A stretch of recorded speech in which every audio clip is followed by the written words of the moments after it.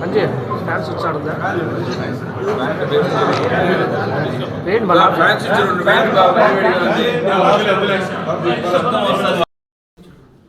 పూల శ్రీనివాస్ రెడ్డి గారికి ఇప్పుడు జరగబోయే ఎన్నికలలో ఎలక్షన్ ఇన్ఛార్జ్గా నియమించినందుకు మా గౌరవ ముఖ్యమంత్రి గారికి ప్రత్యేకంగా నేను ధన్యవాదాలు చెప్తున్నాను. ముఖ్యంగా శ్రీనివాస్ రెడ్డి గారికి కొన్ని విషయాలు చెప్పదలుచుకున్నాను. పార్టీ వైఎస్ఆర్ కాంగ్రెస్ పార్టీ పెట్టక ముందు నుంచి మేమంతా కలిసి పనిచేసాము పార్టీలో. ఈరోజు 2014లో మొట్టమొదటిసారిగా వైఎస్ఆర్ కాంగ్రెస్ పార్టీ ఫ్యాన్ గుర్తుపైన పోటీ చేసింది రాష్ట్రంలో. అందరికీ తెలిసిన విషయమే, ఆ రోజు ఆంధ్రప్రదేశ్లో తెలుగుదేశం పార్టీ బాగా వీచింది. అయినప్పటికీ శ్రీనివాస్ రెడ్డి గారు, షాకిరన్న గారు, మేము అందరూ కలిసి కలిసి కట్టుగా అందరూ కలిసి ఆ రోజు 2014లో అంతా చాంబాషాకి నిర్మించడం జరిగింది. దాని తర్వాత లోకల్ బాడీ ఎన్నికలు వచ్చాయి. అప్పుడుగా చాలా చోట్ల మేము విజయం సాధించాం. 2019లో కూడా అప్పుడు కూడా సిద్ధారెడ్డి గారికి ఇచ్చారు టికెట్. అప్పుడు కూడా ఒక సమస్య వచ్చింది, కొత్తగా వచ్చినాడు ఈయన, ఏమవుతుందేమో పార్టీ పరిస్థితి అని. ఆ రోజు కూడా మా అందరికీ జగన్మోహన్ గారు యుడుపులపై పిలిపించి మాట్లాడి మీరందరూ ఆయన్ని సపోర్ట్ చేయండి, నేను ఉన్నానని చెప్పేసి ఆ రోజు శ్రీనివాస్ రెడ్డి గారు కూడా ఉన్నారు, షాకిరన్న గారు కూడా ఉన్నారు. తర్వాత మేమంతా కలిసికట్టుగా పనిచేసి 2019లో కూడా శ్రీనివాస్ రెడ్డి అన్న గారితో మేమంతా కలిసి పనిచేశాం. బ్రహ్మాండమైన మెజారిటీ గది నియోజకవర్గంలో తీసుకొచ్చాం. ఇప్పుడు మళ్ళీ ఎన్నికలు వస్తున్నాయి 2024లో. రేపు నెల పోలింగ్ ఉంది. మంచి నిర్ణయం తీసుకున్నాడు మా గౌరవ ముఖ్యమంత్రి జగన్మోహన్ రెడ్డి గారు. శ్రీనివాస్ రెడ్డి గారికి చాలా పరిచయాలు ఉన్నాయి, రాజకీయంలో అనుభవం ఉంది, పేరు పిలిచే స్థాయికి ఎదిగినాడు ఆయన. మనమందరం కలిసి వచ్చే ఎన్నికల్లో 2 సార్లు ఇక్కడ తెలుగుదేశం పార్టీకి ఓడించాం. మనం 2014 ఓడించాం, 2019 ఓడించాం. అలాగే లోకల్ బాడీ ఏ ఎలక్షన్ జరిగినా కూడా లోకల్ బాడీ మండలాల్లో ఓడించాం, మున్సిపాలిటీలో ఓడించాం. ఖచ్చితంగా 2024లో తెలుగుదేశం పార్టీకి మళ్ళీ ఇక్కడ ఓడించేది ఎవరంటే బిఎస్ మక్బూల్ అహ్మద్ గారని చెప్పేసి సందర్భంగా తెలియజేస్తున్నారు. సోదరులారా, నేను ఒక విషయం చెప్పదలుచుకున్నాను. ఆంధ్రప్రదేశ్ రాష్ట్రంలో పులివెందుల తర్వాత వైఎస్ఆర్ కాంగ్రెస్ పార్టీ ఎక్కువ ఆదరించే ప్రజలు ఉన్నారంటే అది కదిరి నియోజకవర్గం చెప్పేసి సందర్భంగా చెప్తున్నానంటే నేను చెప్పేది కాదు, స్వయంగా జగన్మోహన్ గారు చెప్పారు ఈ మాట. పులివెందుల తర్వాత కదిరయ్యా. అప్పుడు మేమంతా అన్నాం, సార్ కదిరి అంట జగన్మోహన్ అంట అని చెప్పాము. మనం మాకు చూస్తేనే అంత చాలా ఈగా మాట్లాడతాడు మహానుభావుడు ఆయన. కదిరి పైన అంత ప్రేమ ఉంది ఆయనకి. అందుకోసం మనమంతా ఈ వేదిక పైన ఉన్న నాయకులకి, ఇక్కడ వచ్చేసిన కార్యకర్తలకి, వైఎస్ఆర్ కుటుంబ సభ్యులందరికీ ఒకటి నేను రిక్వెస్ట్ చేస్తున్నా, దయచేసి ఎవరి మాటలు కల్లిబుల్లి మాటలు నమ్మద్దండి. మనమంతా కలిసికట్టుగా ప్రచారం చేస్తాం. వైఎస్ఆర్ కాంగ్రెస్ పార్టీకి 3వసారి కూర్చొని గెలిపిస్తాం. ఇక్కడ వచ్చే వేదిక పైన ఉన్న పెద్దలకు, పత్రికా విలేకరులందరికీ నమస్కారం చెప్పుకుంటాం. ఆంధ్రప్రదేశ్లో 2 రోజుల పండుగ చూసుకున్నాం. ఒకటి ఉగాది చేసుకున్నాం, ఉగాది అయితేనే రంజాన్ పండుగ చేసుకున్నాం. ఇప్పుడు మూడో పండుగ శ్రీనివాస్ రెడ్డి గారిని ఇక్కడ ఎలక్షన్ ఇన్ఛార్జ్గా పెట్టి మాకు 3వ దినం కూడా పండుగ చేసుకుంటున్నాం. ఈ జగన్మోహన్ రెడ్డి గారు ఎప్పుడు ఏ నిర్ణయం తీసుకున్నా చాలా కరెక్ట్ నిర్ణయం తీసుకుంటారు. శ్రీనివాస్ రెడ్డి గారి ఇన్ఛార్జ్ చేసి మంచి నిర్ణయం తీసుకుంటారు. మేమంతా అతనికి ఏ విధంగా అయినా తోడ్పడేదానికి రెడీగా ఉన్నాం. ఏజ్లో పెద్ద ఉండొచ్చు, ఎక్స్పీరియన్స్ పెద్ద కావచ్చు, కానీ అతనికి ఉండే లింక్స్ అతనికి ఉండే, మాకుండే లింక్స్ మాకుండే. అతన్ని అన్ని విధాలా మేము కోఆపరేట్ చేస్తాం. అతను ఎక్కడ మేము పోవాలంటే పోతాం. 3వసారి ముచ్చటగా జగన్మోహన్ రెడ్డి గారిని కానుకగా బిఎస్ మక్బూల్ అహ్మద్ను ఇస్తున్నాం. శ్రీ జగన్మోహన్ రెడ్డి గారు కదిరి నియోజకవర్గ ఎన్నికల ఇన్ఛార్జిగా పూల శ్రీనివాసరెడ్డి అన్న గారికి నియమించారు. శ్రీనివాసరెడ్డి అన్న గారికి మనస్ఫూర్తిగా శుభాకాంక్షలు తెలియజేసుకుంటున్నాం. ఎందుకంటే శ్రీనివాసరెడ్డి అన్న గారు 2014 నుండి ఆయన పార్టీ పెట్టిన తర్వాత, ఈ పార్టీలో వచ్చిన తర్వాత ఒక కమిట్మెంట్తో పనిచేశారు.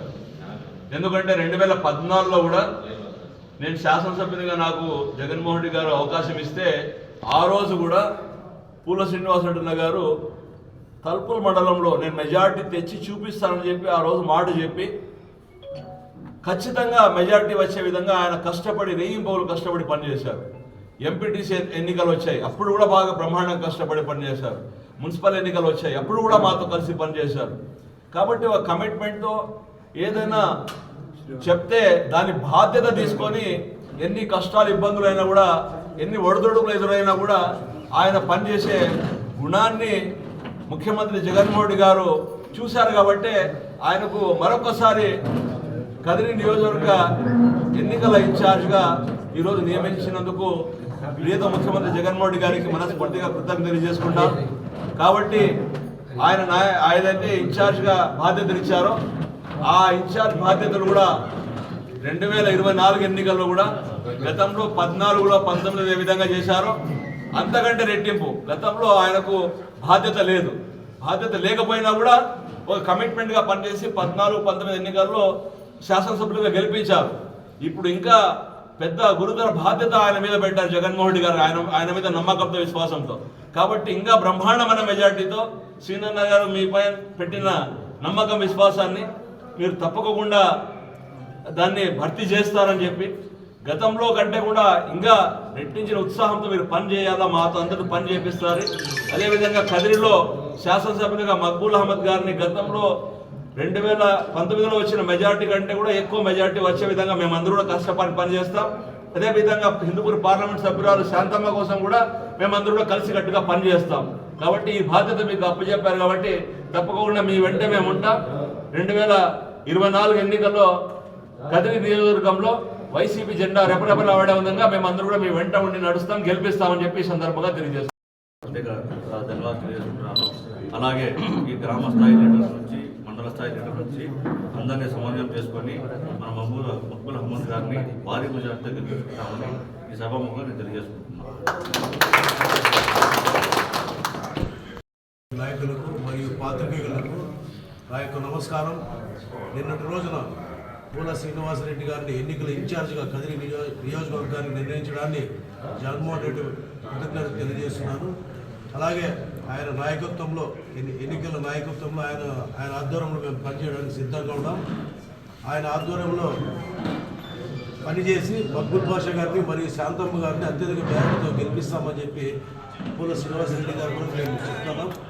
మంచి మెజార్టీతో గతంలో వచ్చిన ఎమ్మెల్యే కంటే వరకు మంచి మెజార్టీతో మేము గెలిపిస్తామని ఈ సందర్భంగా తెలియజేస్తూ సెలవు తీసుకుంటాం.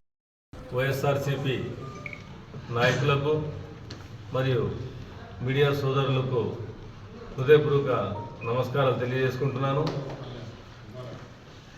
ఈరోజు చాలా సంతోషకరమైన దినం. ఎందుకంటే నిన్న మన ప్రియతమ ముఖ్యమంత్రి వర్యులు శ్రీ జగన్మోహన్ రెడ్డి గారు మన పూల శ్రీనివాసరెడ్డి అన్న గారికి కదిరి నియోజకవర్గము ఎలక్షన్ ఇన్ఛార్జ్గా నియమించినారు. దానికి గాను ముందుగా ముఖ్యమంత్రి గారికి నేను హృదయపూర్వక ధన్యవాదాలు తెలియజేసుకుంటున్నాను. అలాగే పూల శ్రీనివాసరెడ్డి అన్నకు హృదయపూర్వక అభినందనలు తెలియజేసుకుంటూ రానున్న ఎన్నికల్లో ఏ బాధ్యత మా ముఖ్యమంత్రి గారు ఆయనపై ఉంచినారో దానికి వారు తప్పకుండా న్యాయం చేస్తారని, మరియు కదిరి నియోజకవర్గంలో ఎక్కువ మెజార్టీ వచ్చేదానికి ఆయన దోహదపడతారని, నా విజయానికి తప్పకుండా ఆయన కృషి చేస్తారని ఆశిస్తున్నాను. ఎందుకంటే చాలా సీనియర్ నాయకులు మన పార్టీలో. అదేగాక 2014 మరియు 2019లో 2 ఎలక్షన్లో ఆయన చాలా కష్టపడి అప్పుడున్న క్యాండిడేట్స్ని వాళ్ళ గెలుపుకు చాలా కృషి చేసినారు. అలాగే నాకు కూడా తప్పకుండా గెలుపుకు ఆయన కృషి చేస్తారని మరియు ఏ గురుతర బాధ్యత మన ముఖ్యమంత్రి గారు అప్పగించినారో దానికి తప్పకుండా ఆయన న్యాయం చేస్తారని ఆశిస్తూ అన్నకు మళ్ళీ నేను హృదయపూర్వక అభినందనలు తెలియజేసుకుంటున్నాను. రానున్న ఎన్నికల్లో ఈరోజు మేము ఈ రోజంతా తలుపుల మండలం ప్రచార నిమిత్తం పోవడం జరిగింది. ఏదైతే ఈ టీడీపీ వాళ్ళు కల్లబుల్లి మాటలు చెప్తున్నారో, తలుపుల్లో ఏమో జరిగిపోయింది, నాయకులు వెళ్ళిపోయినారు, తలుపుల ఖాళీ అయిపోయిందని షాకిరన్న చెప్పినట్లుగా ప్రతి ఇంటిలో జగన్న తప్పితే వేరే పేరు వినబడడం లేదు. ఎంతమంది అవ్వలు మేము కలిసినారో ప్రతి ఒక్కరూ మనకు ఈ భూవ పెడతా ఉండేది జగన్మోహన్ రెడ్డి. మా కొంతమంది అయితే మనవుడు అంటున్నారు, కొంతమంది అయితే కొడుకు అంటున్నారు, కొంతమంది అయితే తమ్ముడు అంటున్నారు. కాబట్టి జగనన్న ఏ సంక్షేమం ఇచ్చినాడో సంక్షేమం పండింది. ఆ సంక్షేమం రానున్న ఎన్నికల్లో తప్పకుండా ఎక్కువ మెజార్టీ చూపిస్తుందని మీకందరికీ నేను ఈ సభాముఖంగా తెలియజేసుకుంటూ నాకు ఈ అవకాశం ఇచ్చిన పెద్దలకందరికీ హృదయపూర్వక కృతజ్ఞతలు. అధ్యక్షులు ముఖ్యమంత్రి వర్యులు జగన్మోహన్ రెడ్డి గారు నాకు ఇచ్చిన గురుతర బాధ్యత, దీన్ని పదివనకూడదు కానీ బాధ్యత నా మీద మోపాడు. 2014లో 19లో ఇచ్చిన బాధ్యత కంటే గొప్పగా సీనును ఇన్ఛార్జిగా ఇవ్వండి, ఎన్నికల ఇన్ఛార్జిగా ఇవ్వండి, బాధ్యత సీను చూసుకుంటాడు, పెద్దలతో పిన్నలతో చిన్నోళ్ళతో కూడా కలిసిపోతాడు, అందరినీ కలుపుకొని పోయి గెలుపుకు మార్గం వేస్తాడు, సీనుకు ఆ బాధ్యత ఇవ్వండి అని చెప్పి జగన్ సార్ చాలా రోజులు అవుతుందని చెప్పి నా ముందని కొన్ని కారణాల వల్ల లేట్ అయింది. నేను రాత్రి అనౌన్స్ చేయడం జరిగింది. నాకు ఈ బాధ్యత అప్పచెప్పడానికి కారకులైనటువంటి జగన్మోహన్ రెడ్డి గారు, పెద్దిరెడ్డి రామచంద్రారెడ్డి గారు, మిథున్ రెడ్డి గారు, అలానే రాయచోటి శ్రీకాంత్ రెడ్డి గారు, గడికోట శ్రీకాంత్ రెడ్డి గారు, మా సోదరుడు మక్బుల్ అహ్మద్ గారు, అలానే సీనియర్లు. ఎందుకంటే ఒక పదవి ఇచ్చేటప్పుడు నా గురించి చిన్న ఎంక్వైరీ జరిగింటుంది, సీనియర్ లీడర్లను అడిగింటారు. వీళ్ళందరూ ఎస్ అని చెప్పింటే నాకు ఆ బాధ్యత వచ్చింటుంది, సులభంగా రాదు ఈ బాధ్యతలు. ఈ పదవి, ఈ బాధ్యత నాకు రావడానికి కారకులైనటువంటి వైఎస్ఆర్ కాంగ్రెస్ పార్టీ కార్యకర్తలు, ప్రత్యేకించి శ్రీనివాస్ రెడ్డి నాయకత్వాన్ని నమ్మి నా వెంట నడిచినటువంటి నా అనుచరులు, గత 15 ఏళ్ళుగా పోరాడుతున్నా కూడా ఏ పదవి రాకపోయినా నా మీద నమ్మకం ఉంచి నన్ను వాళ్ళ భుజాల మీద మోసినటువంటి నా అనుచరులు, నా కార్యకర్తలు, వాళ్ళకు నా జీవితాంతం రుణపడి ఉన్నాను. నా భవిష్యత్తే సరిగా కనపడినప్పుడు వాళ్ళ భవిష్యత్తు గురించి క్వశ్చన్ మార్క్ వేసుకోకుండా మా నాయకుడి భవిష్యత్తే నా భవిష్యత్తు అని చెప్పి నా వెన్ను తట్టి, నువ్వు అధైర్యపడవద్దు, నీలో నాయకత్వ లక్షణాలు ఉన్నాయి, నువ్వు పోరాడుతూ ఉండు, నీ వెంట ఉంటా అని చెప్పిన నా కార్యకర్తలు.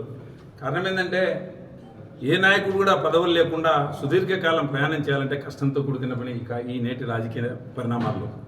అలాంటిది నాకు ధైర్యం చెప్తూ, ఇలా నడుచుకో, నువ్వు అధైర్యపడద్దు, మేము ఉన్నామని చెప్పి ఈ నియోజకవర్గ ప్రజలు, నాయకులతోటి నాయకులు, కార్యకర్తలు, స్నేహితులు, శ్రేయోభిలాషులు, నా కుటుంబ సభ్యులు, నా తల్లిదండ్రులు నాకు ఇచ్చిన ధైర్యం, మొక్కువని సడలి వదలకుండా నువ్వు పోరాడు, నీ జీవితం అంతా నువ్వు పోరాడుతాండి అని వాళ్ళు చెప్పినప్పుడు ఈ భుజాన జెండా వేసుకొని మోసిన రోజుల్లో, జెండా నాకు ఎప్పుడు బరువు కాలేదు, కానీ నా భుజం ఎప్పుడైనా నొప్పి అనిపించినప్పుడు ఈ జెండాని ఈ పక్కకి భుజానికి మార్చుకునే తప్ప జెండాని ఎప్పుడు కిందికి దించాలని నిద్రలో కూడా అనుకోలేదు.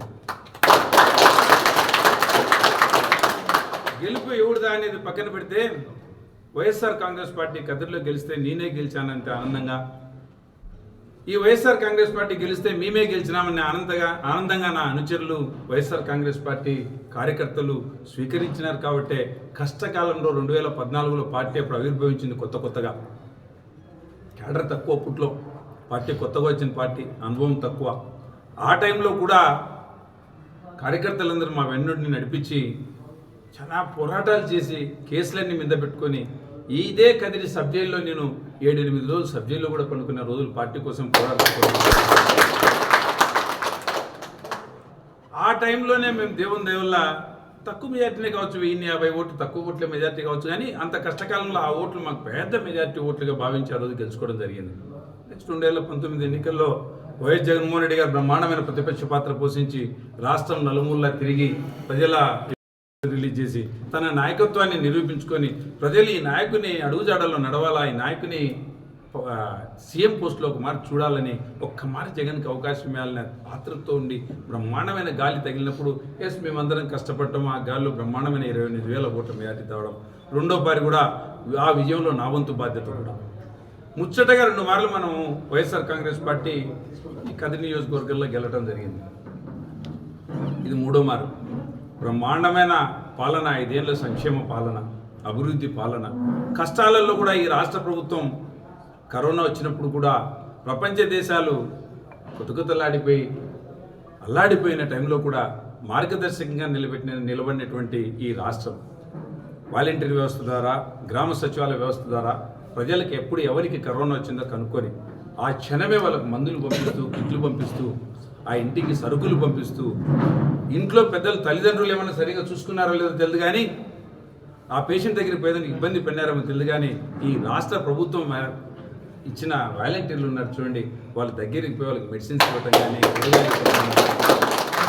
ఇలాంటివన్నీ చేసి కష్టకాలంలో కూడా ఈ ప్రభుత్వం మా ఇంట ఉందని చెప్పి పేదవాడు ధైర్యపడే విధంగా ఈ ప్రభుత్వం నడిపిన విధానము, సంక్షేమాన్ని ఎవరైనా ఇస్తారు కానీ సంక్షేమం నేను చూసినాను ఏదో ప్రజలకు ఈ ప్రభుత్వం ఏదో ఉచితంగా చేస్తుందని భావన కలిగించే ప్రభుత్వాలే చూసినాను తప్ప లేదు మిమ్మల్ని గౌరవిస్తున్నాం, ఈ సంక్షేమం మీకు, మీ ధర్మం మీకు దక్కాలా అనే విధంగా ఆ సంక్షేమాన్ని డైరెక్ట్గా వాళ్ళ అకౌంట్లో వేయటమా, లేకపోతే వాళ్ళకు వచ్చే పెన్షన్ కానీ బియ్యాన్ని కానీ సగౌరవంగా వాళ్ళ ఇంటి దగ్గరికి పోయి అవతాతలకు, వికలాంగులకు, వితంతులకు పెన్షన్లు 1వ తేదీ పొద్దున్నే వాళ్ళ దగ్గరికి చేర్చే విధానం.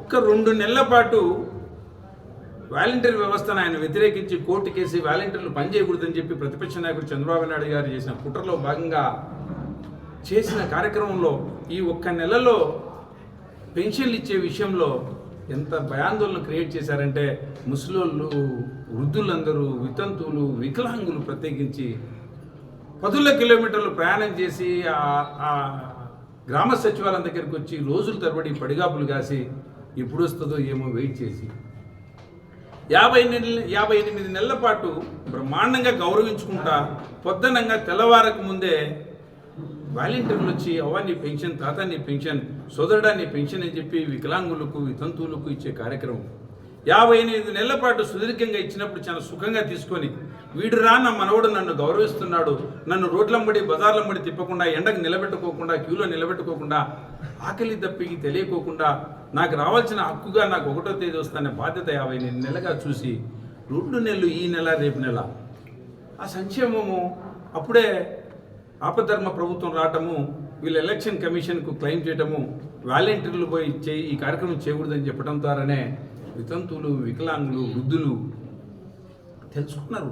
అవురా ప్రభుత్వం ఉంటే జగన్మోహన్ రెడ్డి లాంటి ప్రభుత్వం ఉండాలా, డబ్బీయటం ఒక ఎత్తైతే మమ్మల్ని గౌరవించే విధానం మా ఇంటికి వచ్చి లక్షణంగా మా చేతుల్లో పెట్టిపోతున్నారే, అప్పుడే ఒక్క ఆపధర్మ ప్రభుత్వం వస్తానే జగన్మోహన్ రెడ్డి గారి మీద వ్యతిరేకంగా ఎన్ని తీసుకొచ్చి మా మీద వ్యతిరేకంగా ఎలక్షన్ కమిషన్ కంప్లైంట్ చేసి మాకు రావాల్సిన పెన్షన్లు కూడా మాకు అందకోకుండా అప్పుడే మమ్మల్ని 10 కిలోమీటర్లు నడిపిస్తున్నారే, గంటల తరబడి మమ్మల్ని వెయిట్ చేస్తున్నారని చెప్పి రాష్ట్ర ప్రజలు ఆ పాలనకి ఈ పాలనకి ఒకసారి బైరేజ్ వేసుకునే కార్యక్రమం. మీరు బాగా అబ్జర్వ్ చేయండి సోదరులరా, ప్రత్యేకించి మిమ్మల్ని విలేకరులను అడుగుతా ఉన్నా, ఆ ప్రభుత్వము చెప్పిన మాటలు, ఈ ప్రభుత్వం చెప్పిన మాటలు. ఆ ప్రభుత్వం చంద్రబాబు నాయుడు గారు వాలంటీర్ వ్యవస్థ నికిమాలిన వ్యవస్థది, 5,000 జీతం ఒక జీతమా, వీళ్ళు చేసే పని గోని సంచులు మోసేసే ఉద్యోగాలు చేస్తారా, వీళ్ళు పదే వాళ్ళని డిస్టర్బ్ చేస్తారు, మగవాళ్ళు లేనప్పుడు పోయి ఆడవాళ్ళని ఇబ్బంది పెడతారని కారు కూతులు, పనికిమాలిన కూతులు కూర్చున్న వ్యక్తులు ఇద్దరు చంద్రబాబు నాయుడు గారు కానీ పవన్ కళ్యాణ్ గారు.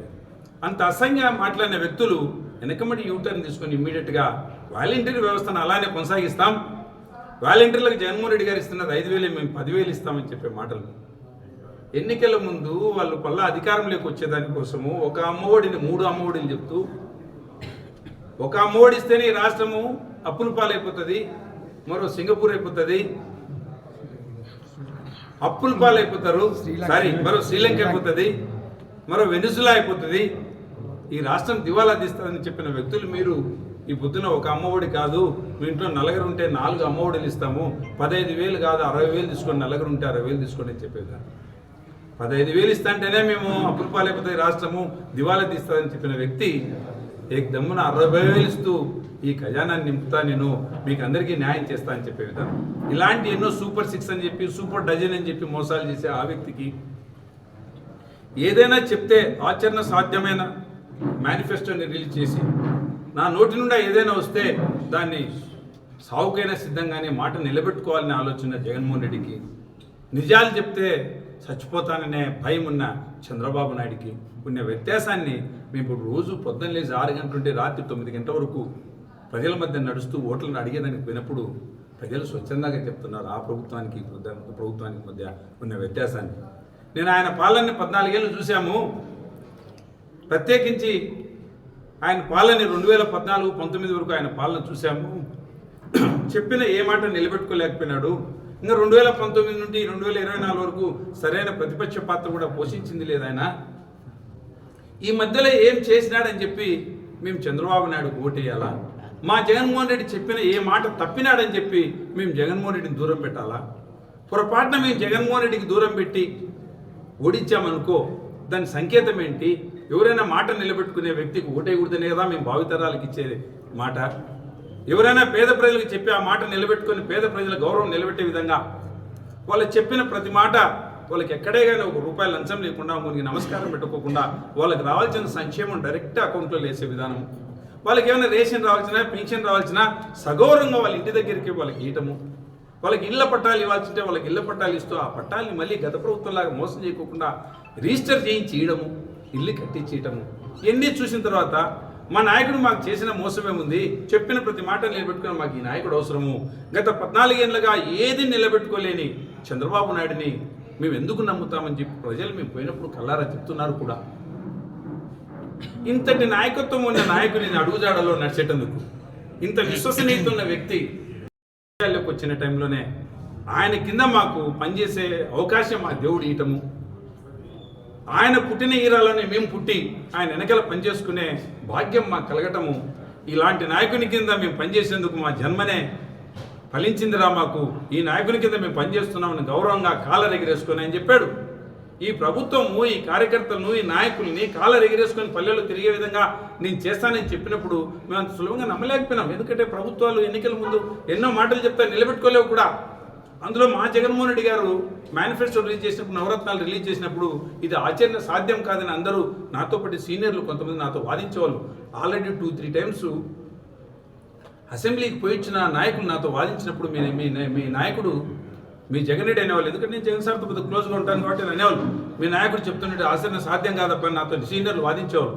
అంత తక్కువగా ఆయన మాట ఇయడన్నా మాట నిలబెట్టుకునే వ్యక్తి రాజశేఖర సార్ కుమారుడు అని చెప్పేవాళ్ళు. ఎస్, చెప్పిన ప్రతి మాట నిలబెట్టుకున్నాడు. కార్యకర్తల విద్దు కాలర్ ఎగిరేసే విధంగానే మెయింటైన్ చేసినాడు. ఏదైనా ఒకటేరా మద్య నిషేధ విషయంలో కానీ అట్లాంటి ఒకటేరా విషయాల్లో కొద్దిగా వెనకల పడిండొచ్చు కాక నేనేం 100కి 100 మార్కులు తెచ్చుకుంటామని చెప్పడంలే. 95 తెచ్చామా, 96 తెచ్చామా, 97 తెచ్చినామా, 60 మార్కులు వస్తే ఫస్ట్ క్లాస్ అంటారు, 75 మార్కులు వస్తే డిస్టింక్షన్ అంటారు. అలాంటి 98 మార్కులు ఇస్తూ ప్రయత్నం చేసాము. 100కు 100 తెచ్చుకుంటే ఎందుకు ఒకటేరా తప్పిండొచ్చు కాక వాటిని కూడా సరిదిద్దేదానికి రేపు రాబోయే 5 ఏళ్లలో సరిదిద్దుకునేదానికి ప్రయత్నం చేసేదంటే బ్రహ్మాండమైన నాయకుడి వెనకాల మేము నడుస్తూ ఉన్నాం. అలాంటి నాయకత్వంలో ఖచ్చితంగా ప్రజలకు ఆయన మేలు చేశాడు. ఆయన మేలు చేసిన కార్యక్రమాలను ప్రజల దగ్గరికి తీసుకెళ్తాం, ప్రజలకి తెలియజేస్తాం, ఆ ప్రజల దగ్గరికి పోయి ఓటు అడుగుతాం. ఆల్రెడీ మా నాయకుడు కట్టగట్టి పెట్టినాడు ఓట్లన్నీ. మేము చేయాల్సిందంతా ఓట్లన్నీ పోలింగ్ బూతులకి తరలించి ఎలక్షన్ చేసుకోవటమే మినహాయింపు ఉంది, ఇంకా వేరేది ఏమీ లేదు కూడా. బ్రహ్మాండమైన క్యాడర్ ఉంది వైఎస్ఆర్ కాంగ్రెస్ పార్టీ కదిరి నియోజకవర్గంలో, బ్రహ్మాండమైన నాయకత్వం ఉంది వైఎస్ఆర్ కాంగ్రెస్ పార్టీ కదిరి నియోజకవర్గంలో.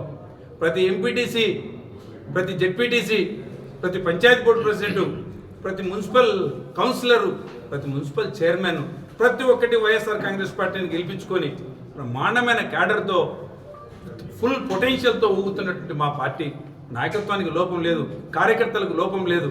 ఇంతటి పార్టీని ఇలాంటి పరిస్థితుల్లో నడిపించడం పెద్ద కష్టమేం కాదు మాకు. ఆ జగన్మోహన్ రెడ్డి గారు ఇచ్చిన గురుతర బాధ్యతగానే స్వీకరిస్తాను తప్ప అది ఒక పదవిలాగా అధికారంలాగా ఎప్పుడు స్వీకరించనని సీనియర్లందరినీ, నాకంటే సీనియర్లు ఎంతోమంది ఉన్నారు, వీళ్ళందరి సలహాలు తీసుకొని వాళ్ళందరి దగ్గర వాళ్ళ సలహాలు తీసుకొని నా జూనియర్లతో దగ్గరికి పిలుచుకొని వాళ్ళని ఎలా వర్క్ చేయించుకోవాలో వాళ్ళతో వర్క్ చేయించుకొని అందరితో కూర్చొని సమన్వయపరుచుకుంటే ఈ పార్టీ అన్నాక చిన్న చిన్నవి ఉంటాయి. అందరినీ కూర్చోబెట్టి వాళ్ళందరినీ కలిపి ఒక తాటి మీద నడిపించి ఈ రాబోయే 30 రోజుల్లో ఎన్నికలు రాబోతున్నాయి. మనకు దాదాపు 30 రోజులు ఉన్నాయి, 30 రోజులు అంతకంటే ఎక్కువ లేదు మనకు. ఈ 30 రోజుల్లోనే ఇంకా బ్రహ్మాండంగా పనిచేసి వైఎస్ఆర్ కాంగ్రెస్ పార్టీకి, మగ్గుల మందన్న గారికి, అలానే శాంతమ్మక్క గారికి బ్రహ్మాండమైన మెజార్టీ తీసుకొచ్చి కదిరి నియోజకవర్గాన్ని ముచ్చటగా 3వ మారి హ్యాట్రిక్ గెలిపించుకొని ఆ జగన్మోహన్ రెడ్డి గారికి గెలిపిస్తామని ఈ పదవికి రావడానికి కారకులైనటువంటి ప్రతి ఒక్కరికి పేరు పేరున కృతజ్ఞతలు తెలియజేసుకుంటూ సెలవు తీసుకుంటా ఉన్నా.